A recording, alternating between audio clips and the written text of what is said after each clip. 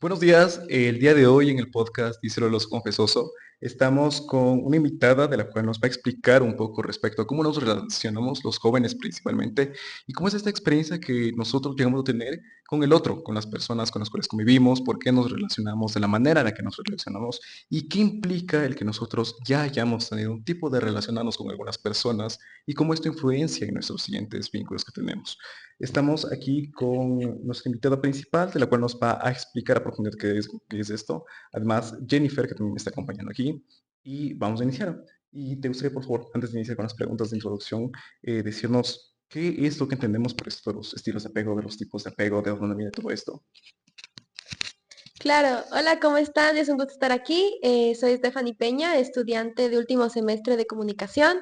Justamente la idea de estar aquí es para poder explicarles un poco más sobre mi campaña, Eres, con el eslogan Lo que eliges construir, y parte de una problemática que tú mencionaste en este momento, que es el apego inseguro. El apego inseguro se podría decir que es como un modelo mental que nosotros tenemos o desarrollamos con nuestros cuidadores primarios, es decir, con nuestros padres o si tuvimos otras personas que nos cuidaron en nuestra infancia. Entonces, al momento en que nosotros no tenemos como una base de segura para criarnos, donde hay amor, cuidado y todo eso, como que tambaleamos en nuestra seguridad emocional. Y eso lleva a muchas consecuencias catastróficas, tanto en la parte cómo nos relacionamos con otros y cómo nos relacionamos con nosotros mismos. O sea, impacta en ambas áreas. Entonces, por ejemplo, el apego inseguro se puede evidenciar de distintas maneras. Tiene tres tipos.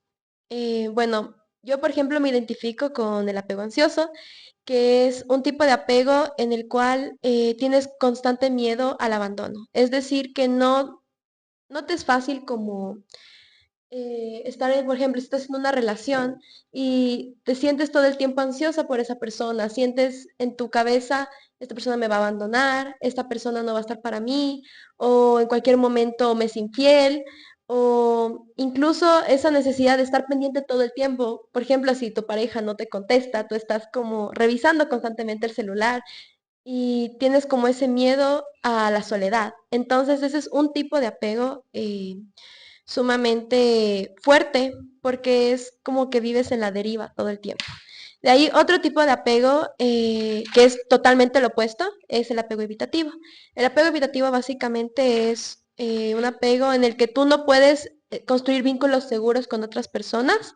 Es como que pones una barrera. ¿Por qué? Por miedo a ser justamente expuesto a tus emociones y a poder intimar con esa persona. Es como que tienes miedo a que esa persona te rechace. Entonces por eso tú pones una máscara delante de esa persona.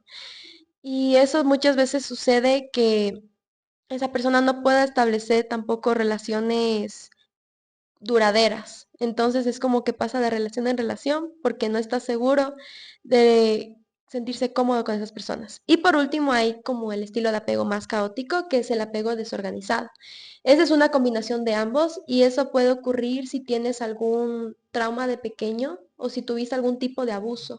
Entonces, si enfrentaste eso, eres más propenso a tener como eh, este sentimiento combinado entre me van a abandonar, pero también me van a rechazar, y es como que yo quiero tener relaciones seguras, pero a la vez me alejo y me pongo ansiosa si esa persona no está, pero a la vez no sé cómo hablarle, no sé cómo expresarle mis emociones.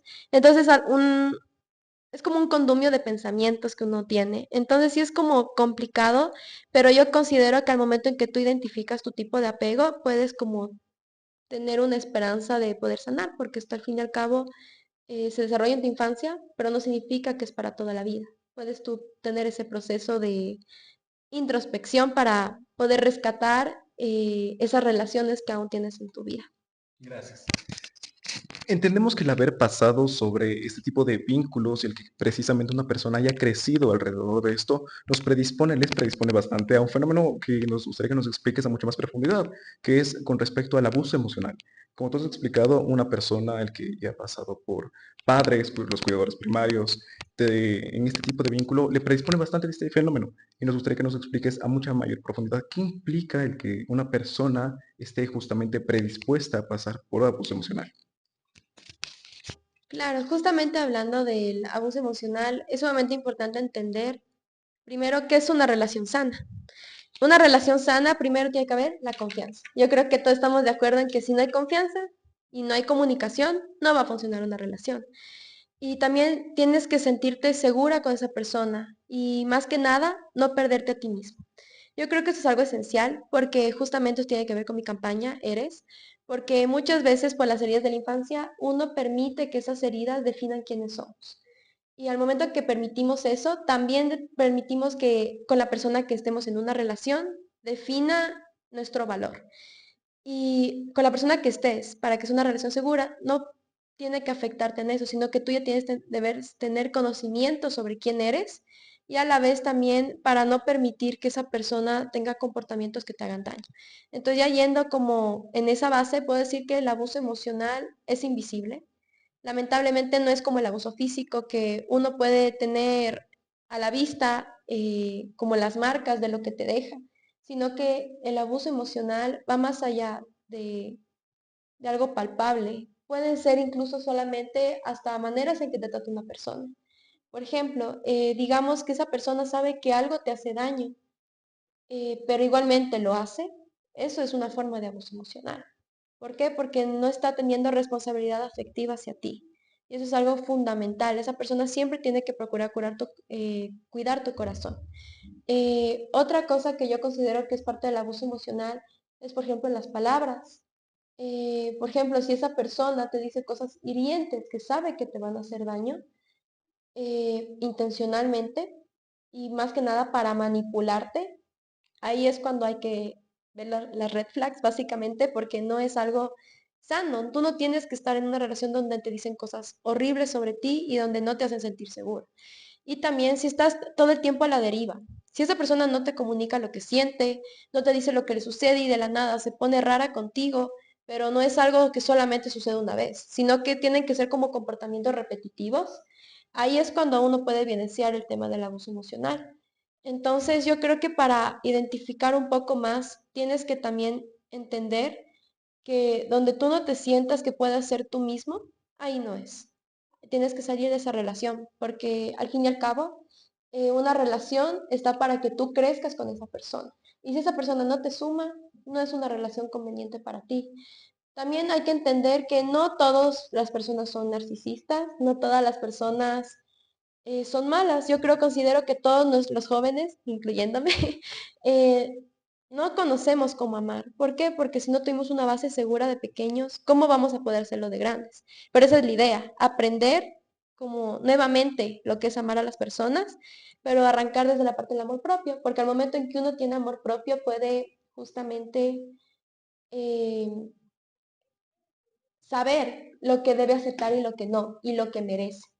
Entonces tienes amor propio, tú das lo que eres. Entonces tú das eso y de esa manera vas a atraer también personas y relaciones sanas, en donde te vas a sentir valorado, comprendido, escuchado, pero a la vez también vas a no permitir que esa persona influencie quién eres tú. Y me parece que justamente ante personas que han pasado por esto, entra en juego justamente los profesionales de salud o las psicólogas como tú, pero también entra algo que suelen hacer justamente ellos, que es como por ejemplo tu campaña, que me parece que para eso Jennifer tiene algunas preguntas importantes sobre qué es lo que hace la campaña Eres dentro de dentro del campo de las personas que han pasado por un vínculo con sus cuidadores, con sus figuras parentales, que a lo mejor no llega a ser el vínculo más sano. Un gusto, Stephanie. La verdad es muy interesante todo lo que nos estás comentando. Mi nombre es Jennifer Enza y bueno, la pregunta sería, ¿qué fue lo que te inspiró a ti a crear esta campaña Eres? El porqué de la palabra Eres. No sé si nos puedes, hablaste mucho del tema de las parejas, etcétera, y no sé si no te gustaría compartir tu experiencia y creo que esto va mucho de la mano de la inspiración de crear esta campaña. Claro, justamente mi campaña Eres nace de una experiencia personal.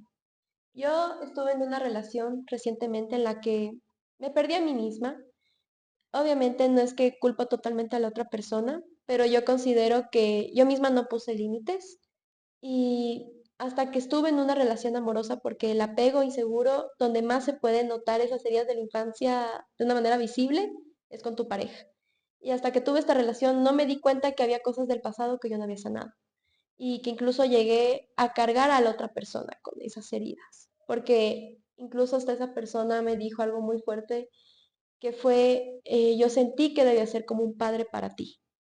Cuando a mí me dijo eso, me asusté porque yo dije, ¿a qué nivel permití que mis heridas cayeran en la responsabilidad de la otra persona de querer sanarme?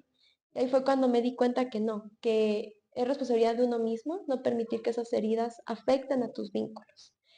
Entonces, justamente por medio de eso también, justo coincidió que personas cercanas a mí de nuestra edad también, jóvenes en general, comenzaron a tener muchos problemas también. Por ejemplo, comenzaron a romper sus relaciones o me contaban de situaciones con casi algo o tóxicas que estaban viviendo. Y eso me llamó mucho la atención porque ahí me di cuenta que yo no era la única que estaba pasando por lo mismo, sino que es como algo que lo hemos normalizado.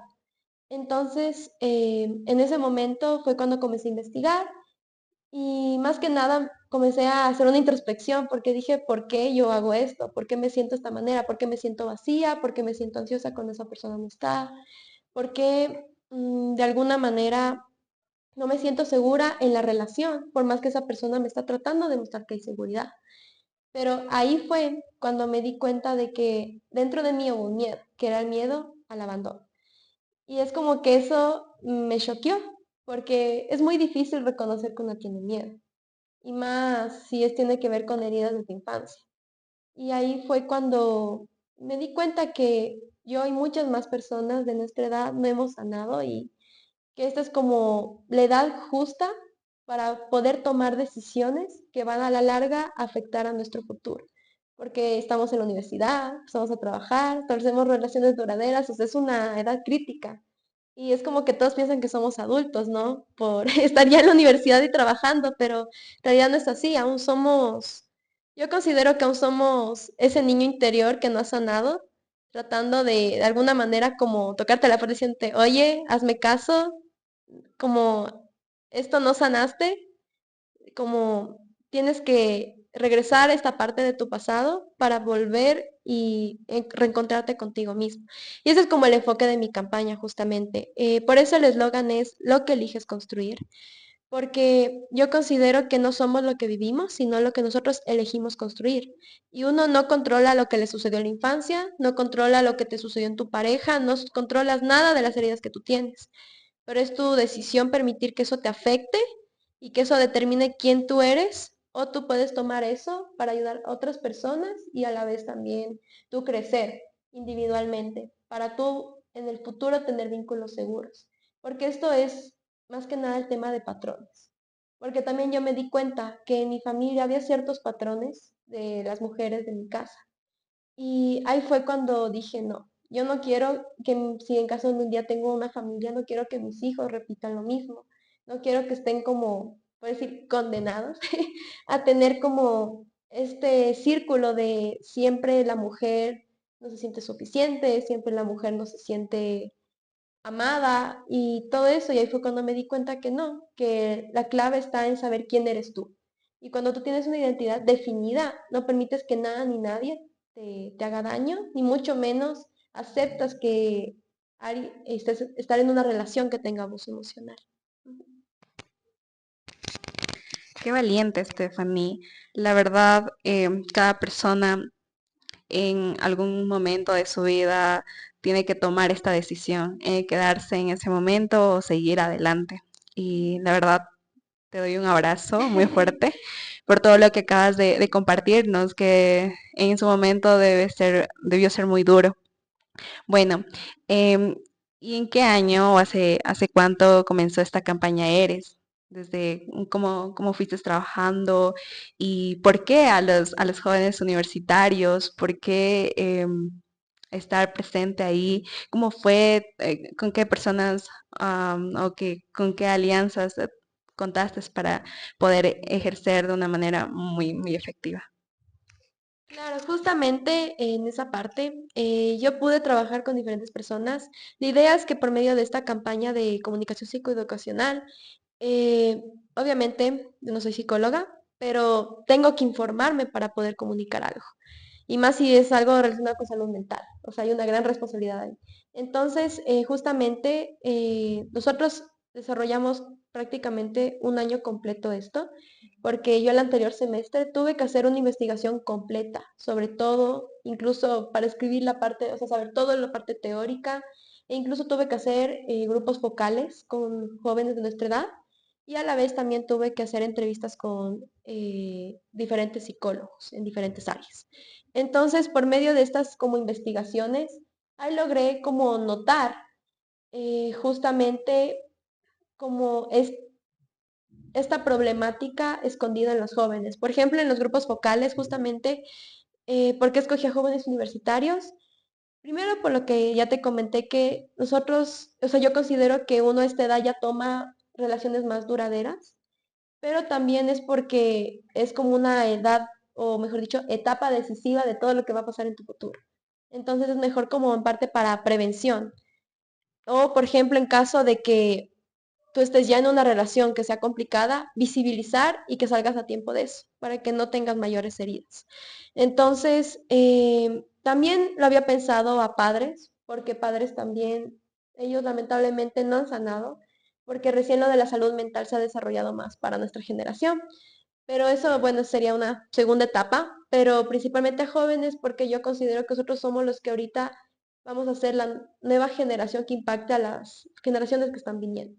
Entonces, si nosotros podemos ya sanar esto, vamos a poder permitir que otras generaciones sigan el ejemplo y que se rompa como ese ciclo tanto de abuso como ese ciclo de falta de amor propio. Entonces, esa es como la idea. Igualmente, justamente, mi campaña he tenido a la mano de algunas personas que yo considero maravillosas, por ejemplo, una psicóloga, Pilar Izquierdo. Ella realmente fue fundamental porque yo tuve que dar ciertos talleres como parte de esto para universitarios y ella fue clave para dar más que nada la parte psicoeducacional y poder comunicarlo de una manera efectiva en que todos entendieran, pero también para hacer una introspección de ellos mismos. Y de ahí también he podido gestionar, por ejemplo, con el Club de Psicología de mi universidad. Con ellos, por ejemplo, incluso vamos a hacer una última activación para cerrar mi campaña, porque esta campaña como tal, la parte práctica se ha desarrollado desde el 16 de octubre y va a terminar este 9 de diciembre, pero como tal ya ha sido un proceso, como les digo, extenso antes de investigación previa para poder desarrollar esto. Bien, muy interesante. Algo que me quedó en mente es sobre las experiencias de los talleres, porque existen muchos jóvenes que realmente no saben cómo su actitud frente a estos talleres, a estos grupos focales, porque es muy interesante también ver qué actitud pone frente a diferentes tipos de personas. Entonces, no sé si nos puedes comentar acerca de eso, cómo fue tu actitud em, en este contexto.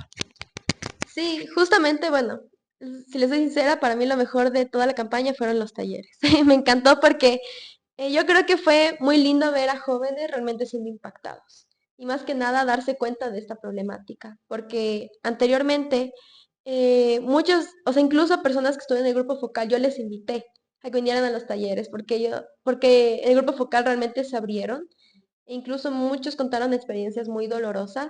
Entonces dije, yo creo que es indicado que estas personas también asistan.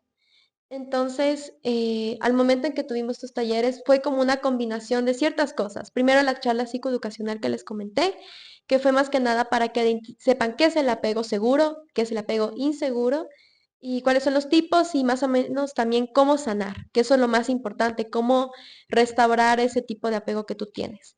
De ahí tuvimos una parte de arte terapia, que eso considero que es lo más interesante. Justamente, ¿puedes pasarme, please, este corazón?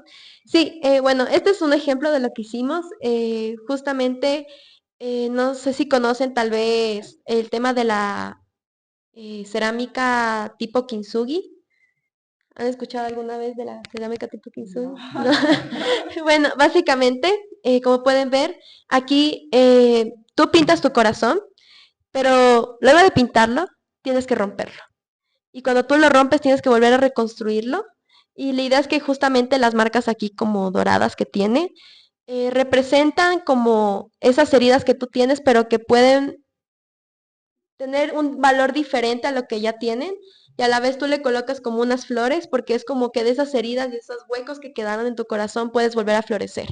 Entonces la idea fue como para que estas personas pudieran resignificar sus heridas, que vieran que, ok, son parte de mí, pero yo misma puedo definir de qué manera las veo. O sea, puedes cambiar, no puedes cambiar tu pasado, pero puedes cambiar la manera en que lo ves. Entonces es como una forma más representativa y justamente de cómo lo hicimos. Y adicional a eso, también en estos talleres, que fue algo increíble, fue también como una carta que yo pude darle a estas personas, diciéndoles realmente cuál era su valor, su identidad. Porque lamentablemente muchas de estas personas ni siquiera saben por dónde empezar. ¿Quién soy yo? Entonces, más que nada es para que, por ejemplo, recordarles a estas personas, o sea, aparte de las que dijera como, recuerda, eres valioso, eres escogido, eres amado, no eres las heridas, no eres tu papá, no eres tu mamá, porque muchas veces también sucede eso, ¿no? Que uno piensa y recuerda, eh, o sea, muchas veces le comparan a uno con sus padres. Y eso creo que es algo que hay que entender. Tú eres tú. Y eso es suficiente. Eres suficiente. O sea, no necesitas de nadie más para sentirte amado, ni mucho menos para sentirte completo. Entonces, fue como un proceso de 4 etapas, porque mi campaña tiene 4 etapas, que es primero reconocer, que ya les comenté. De ahí fue perdonar, porque por ahí también inicia, obviamente ese es un proceso largo, no es que decides perdonar y ya estás libre de todo, pero es como más que nada para hacer introspección de esas heridas, las personas que te hicieron daño, palabras o acciones que te afectaron, pero después de eso, decir, ok, no voy a permitir que eso siga siendo una carga para mí, porque yo merezco ser libre, no merezco cargar con eso, y si la otra persona ya no quiere cambiar, ok, no voy, voy a poner límites con esa persona, pero también si yo no perdono, es como una maleta con piedras que estoy llevando y no puedo llevar eso a mi siguiente etapa de vida, porque eso a la larga te va a hacer daño y es como algo que te queda en tu corazón. Entonces como que hubo ese proceso también como de perdón, como una parte de meditación.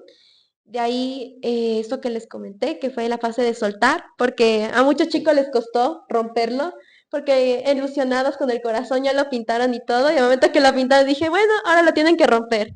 Y se quedaron como, ¿qué? Porque uno dice, ¿cómo? Pues sí está hermoso, y es como, ¿por qué voy a romperlo? Pero fue, no, tienes que romperlo. ¿Por qué? Porque así sucede en la vida. Uno tiene un corazón hermoso, precioso, y viene algo y te lo rompen y ahí quedó. Y no es que uno dice, o sea, es como, no es que tú controles que te lo rompan, simplemente sucede.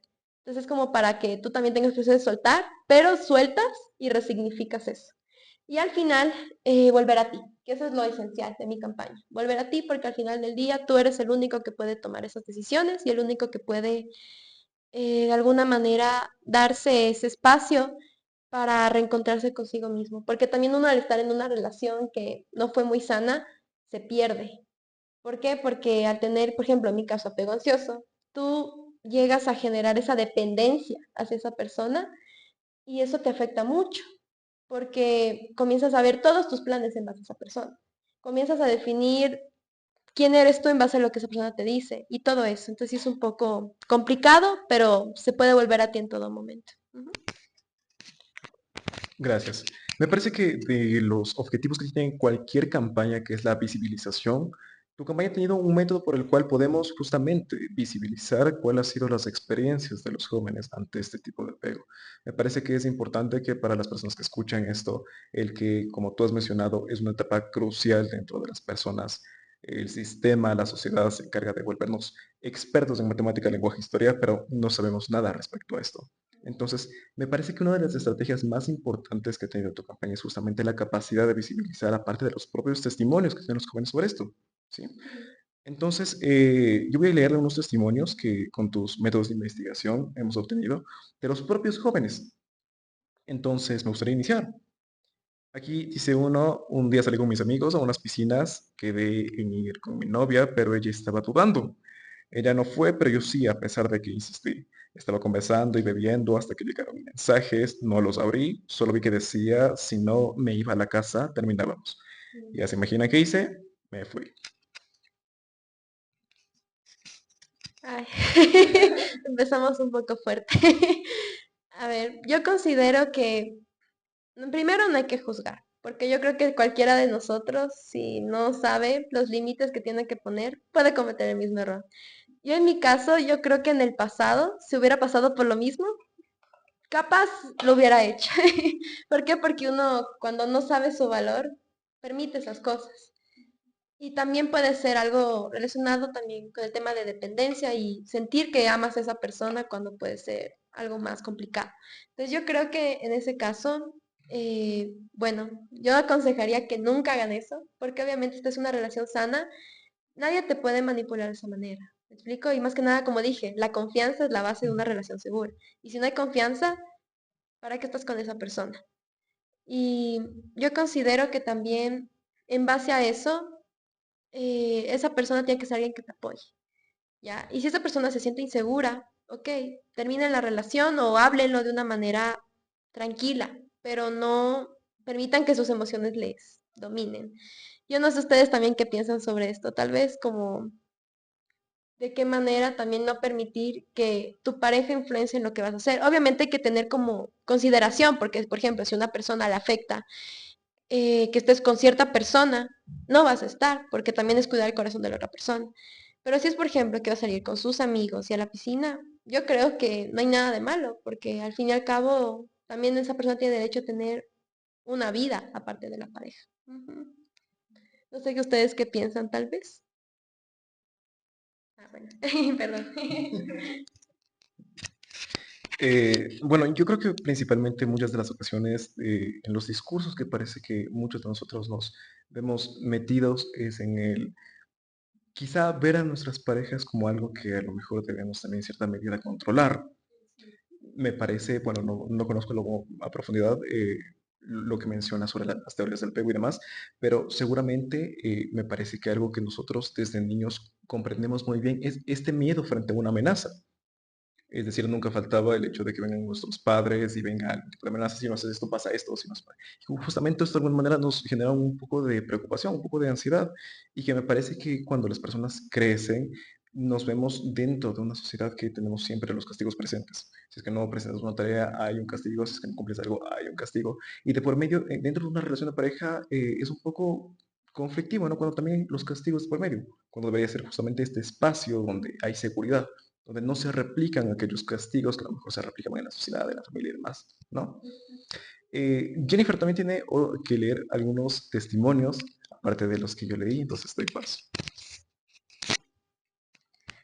Bueno, primero, yo en la primera pregunta opino que creo que existe una cierta, no sé si decirlo, manipulación y porque creo que hay que sanar uno mismo, porque si no sanas, ¿el por qué estarías diciendo que si no te vas a la casa terminamos? O sea, creo que debe haber personalidad ahí y respeto a uno mismo y a la otra persona también. Bueno, continúo con la segunda pregunta que es, estuve con un man que era patán, narcisista y aparte mal polvo, pero por no estar sola me conformé a pesar que me trataba mal. Yo más tonta le pagaba su pelucheada, pero sí llegó un momento que me cansé de eso y decidí alejarme de él, pero como no podía, intenté el de sacar un clavo con otro clavo. ¿Qué opinas? Uy, justo eso de sacar un clavo con otro clavo. Primero que nada, no lo hagan. O sea, en mi caso, bueno, en mi caso no sucedió, pero bueno, también es porque no me siento lista después de terminar, pero yo considero que no es correcto hacer eso porque primero te haces daño a ti mismo. ¿Por qué? Porque estás forzando a sentir algo por alguien más, cuando apenas estás entendiendo lo que te sucedió con la persona anterior. Y segundo, el tema de sacar un clavo contra otro clavo, también estás haciendo daño a otra persona, a otro corazón. Y eso también es difícil porque estás causando heridas a alguien y no hay responsabilidad afectiva ahí. Pero adicional a eso, si estuviste en una relación complicada, primero que nada, me parece una persona súper valiente por poder contar eso, porque no es fácil salir de una relación así, para nada. Y no es fácil también como darse cuenta de eso, porque yo creo que muchas personas incluso permanecen en ese tipo de relaciones. Y es porque puede ser que esa persona le esté manipulando, puede ser que esa persona de alguna manera o sea, bueno, esa persona puede ser que está dependiente, pero a la vez esa persona también pudo generar como ese ambiente para que esa persona no pueda soltar. Entonces yo creo que ahí es clave como entender, primero, no regresar con esa persona, porque ya dijo, o sea, le hizo mucho daño. Y segundo, también yo considero que el tema de entender de qué manera sanar, porque también yo creo que cuando uno sale de una relación así tan complicada, hay que tener un proceso como de duelo y de sanación. Y si no te das ese espacio, sí es un poco doloroso después enfrentar otra vez, porque es como que un proceso post-duelo, porque bueno, no tuviste el duelo, pero fue un post-duelo, y ahí es cuando es peor. ¿Por qué? Porque es como que no enfrentaste lo que te sucedía, y te afecta. Ujú. Pero bueno, aparte de eso, yo creo que también, no sé, de alguna manera es importante entender que muchas veces uno no sabe cómo gestionar este proceso. Y a pesar de eso, siempre hay como que entender que al final del día tú eres quien toma la decisión de tener después de sanación y reconciliarte contigo mismo y también poner límites en el futuro para que no vuelvas a tener una relación así. Ujú. Gracias.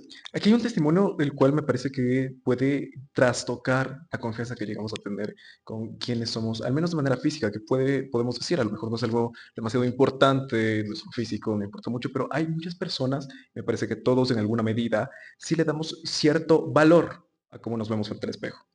Dentro de ese testimonio dice, me mostraba fotos de chicas que para él eran guapas. Ellas eran altas, rubias y con lindo cuerpo y me decía que esas chicas eran su tipo. Sabiendo que yo luzco completamente diferente a ellas, me sentía horrible y me preguntaba a mí misma, entonces, ¿por qué estás conmigo? Ay. Uy, otra. Primero que nada, yo considero que nadie puede decirte quién eres tú. Ya. Considero que si una persona no ve quién eres realmente y no te ve como la mujer más maravillosa del mundo, no te merece. ¿Por qué? Porque la persona que tiene que estar contigo tiene que ver incluso más allá de lo que tú te ves para que te ayude a crecer como persona.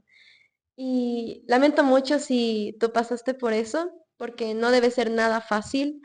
Más que nada porque una tiene espíritu de como de comparación y está constantemente buscando tal vez llegar a esas expectativas para agradarle a esa persona. Pero si esa persona no te puede ver por quién eres tú e incluso comienza a compararte, puede ser también porque en el fondo esa persona es insegura. Y de alguna manera busca transmitirte esa inseguridad también a ti, porque no sabe lo que quiere. Entonces, si una persona es insegura, no sabe lo que quiere, mejor no permanecer en una relación así. Y yo creo que lo más importante es como justamente esa pregunta que se hizo, ¿por qué sigues conmigo? Eso yo creo que es algo que ahí hay que hablar con esa persona y preguntarle por qué sigues conmigo si me comparas y expresarle, porque también, bueno, quiero pensar que capaz esa persona puede que lo haya hecho inconscientemente, aunque bueno, no sé porque no conozco todo el contexto, pero si es así, mejor es hablarlo. Y si a pesar de que lo hablas, tú te das cuenta que esa persona sigue haciendo lo mismo y te duele, mejor desechar la relación. Pero siempre priorizando tu amor propio y sintiéndote segura de eso. Bien, interesante. Aquí hay otro testimonio en donde dice, uno de mis primeros novios me decía gorda mientras estaba embarazada, lo peor. Subí Uy, historias con otra, criticaba mi cuerpo y aún así me quedé igual. Al final no duramos mucho y terminamos. Qué fuerte. no, sí, totalmente. Ay, no, cada vez se ponen peor. No, pero primero que nada, ay, no, qué ira. Encima que está embarazada de él, no, supongo, ¿verdad? No, yo considero que ahí está súper mal, porque, o sea, encima que estás cargando el hijo de, de la persona con la que estás y que te comienza a criticar por tu físico, no es correcto. O sea, nadie tiene derecho a juzgarte por tu físico. Y si una persona no le agrada, lo más sano es que terminen y ya, y que te permite estar con alguien que te va a amar por quien eres. Y al parecer esta persona no lo hizo y no es correcto. Pero aparte de eso, también hay que entender la valentía de ella porque pudo ponerle un pare, puso límites y se fue. Y eso es algo fundamental, porque hay muchas mujeres que lamentablemente se quedan, por más que reciben ese maltrato, por más que tienen todo ese sufrimiento con esa persona, se quedan. ¿Por qué? Puede ser por dependencia, puede ser por ya otro tipo de violencia incluso, porque no se sabe. Pero yo creo que es importante reconocer como el valor de cada una y que nadie tiene derecho a decirte quién eres, ni cómo te ves y todo eso. Ujú. Me parece que aparte del hecho de cómo nos vemos, ya de por sí nos puede llegar a generar inseguridades, también las redes sociales pueden llegar a generarnos inseguridades, Es ¿no? cierto. Y no únicamente con las personas que a lo mejor vemos, artistas, modelos que están de por medio, sino también con un simple like, por ejemplo, ¿no? Aquí dice, mi ex de 4 años me volvió a buscar, en plan de panas, casi no hablamos ni nada. Él casi siempre me daba like en las historias de Instagram y así. Él sabía que tengo novio y cuando un día yo le di un like porque estaba en la playa chévere de Estados Unidos, él cogió y le mandó una captura a mi novio. Ay. Yo creo que el tema con los exes es complicado, pero más que nada porque, bueno, no quiero asumirlo, pero parece que no les falta. Pero bueno, yo creo que en esa ocasión, espero que haya podido aclararlo con su novio, porque imagínate el novio recibiendo eso. Uy, no. Yo sí me quedaría como, ¿y esto? Así como, hablamos después, no me Pero yo creo que en esa parte primero poner límites con esa persona. O sea, no sé si también si fue que le dio like porque no se dio cuenta o fue consciente, pero mejor ahí sí incluso ni seguirle a la persona, porque puede generar problemas con tu próxima pareja. O bueno, eso considero yo, no. Y adicional, no sé, también el tema de lo que hizo el ex no es correcto, porque al fin y al cabo ya no están en una relación. No tiene ningún derecho a coger y meterse y querer como romper la relación que ella ya tiene. Lo tiene que respetar y hay que poner límites. Y si esa persona no respeta los límites, yo creo que es momento de, por más que sea feo, romper bueno, que no sé si eso fue contacto cero, pero de alguna manera romper ese contacto cero, hablar y ya. Y también hablar obviamente con tu pareja, porque no me quiero imaginar la reacción que debió tener. Entonces yo creo que eso siempre hay que tener en cuenta. Y un consejo que yo daría, bloquear totalmente a esas personas, porque al fin y al cabo si ya no están en tu vida, ¿para qué seguir teniéndolas en redes sociales, ¿no? Ujú. Muchos jóvenes les cuesta mucho afrontar una situación.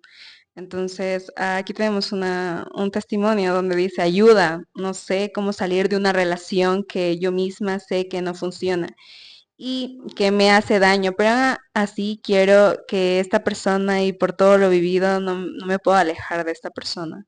Entonces, aquí vemos esta dependencia de la que nos estabas comentando, pero ¿qué podrías decir al respecto? Primero que nada, eh, la dependencia es algo difícil de controlar. ¿Por qué? Porque una toda su vida si tiene una herida se acostumbra a eso. Pero no solamente aplica a hombres y mujeres. O sea, perdón, no aplica solamente a mujeres, perdón, aplica a hombres y mujeres. Entonces, la idea justamente es que tú puedas como identificar esto, pero también tener un círculo cercano que te puedan ayudar. En mi caso, yo tuve un círculo cercano de personas que me ayudaron a darme cuenta de ciertas cosas, pero a la vez que me apoyaron para no caer nuevamente en ese tipo de relación. Entonces yo creo que eso es algo fundamental que te puede ayudar, pero a la vez también tener un proceso psicológico para tú identificar y sanar personalmente y no permitir el permanecer en algo así. Bueno, y aquí tenemos uno que es muy conciso, pero a la vez me parece que también termina por ser muy desgarrador. Dice, es normal sentir que dependo del cariño y la atención de esa persona para sentirme bien. A mí me pasó lo mismo, la verdad, y yo lo entiendo porque es sumamente complicado no depender de la otra persona para sentirte cómodo. Pero yo creo que la clave de eso es saber quién eres tú, reconocer tu valor, pero a la vez también tener como ese proceso de introspección para sanar tus heridas. Y al momento en que uno tiene ese proceso, es difícil, no es de repente, tienes que tomar ciertos pasos y puede incluso durarte hasta meses, años, pero yo considero que al momento que tomas esa decisión, tú puedes realmente entender que no necesitas de otra persona para ser feliz y para sentirte completo. Entonces yo creo que ahí va la parte de, más que nada, entender que eso es algo que a cualquiera le puede pasar. Nadie es exento de pasar por una situación así, y más si tienes heridas de la infancia. Entonces, más que nada, me siento orgullosa de esta persona que preguntó eso, porque no es fácil reconocer que uno se sienta así. Ujú. Listo, creo que hay muchas situaciones muy diferentes, otras menos, otras más fuertes, la verdad, como lo vimos. De todos estos testimonios me llamó mucho la atención como estas palabras despectivas que le hacen a una mujer embarazada. Entonces, es lo que más me llamó la atención. Am, y pues, por medio de esto queremos mandar un abrazo y también felicitarles a cada una de esas personas que están oyendo por tremendo esfuerzo que están haciendo. Em, Eso, entonces no sé si nos puedes ayudar con un mensaje final. Bienvenido. Listo, sí. Justamente quiero agradecer este espacio, más que nada a la FEUCE y al Club de Oratoria, a ustedes dos por estar aquí, porque realmente es un espacio súper lindo para interiorizar más en nosotros y también comprender la necesidad de crear vínculos más seguros en el futuro. Entonces, solo quiero recordar a todas las personas que están viendo esto, que no son lo que vivieron, son lo que eligen construir. Su identidad no es determinada por lo que atravesaron, sino por lo que ustedes deciden resignificar de esas heridas y darles un nuevo valor. Y que todos son valiosos, merecen ser amados, merecen ser respetados, merecen ser escuchados y nunca permitan que una persona les haga dudar de lo contrario. Gracias.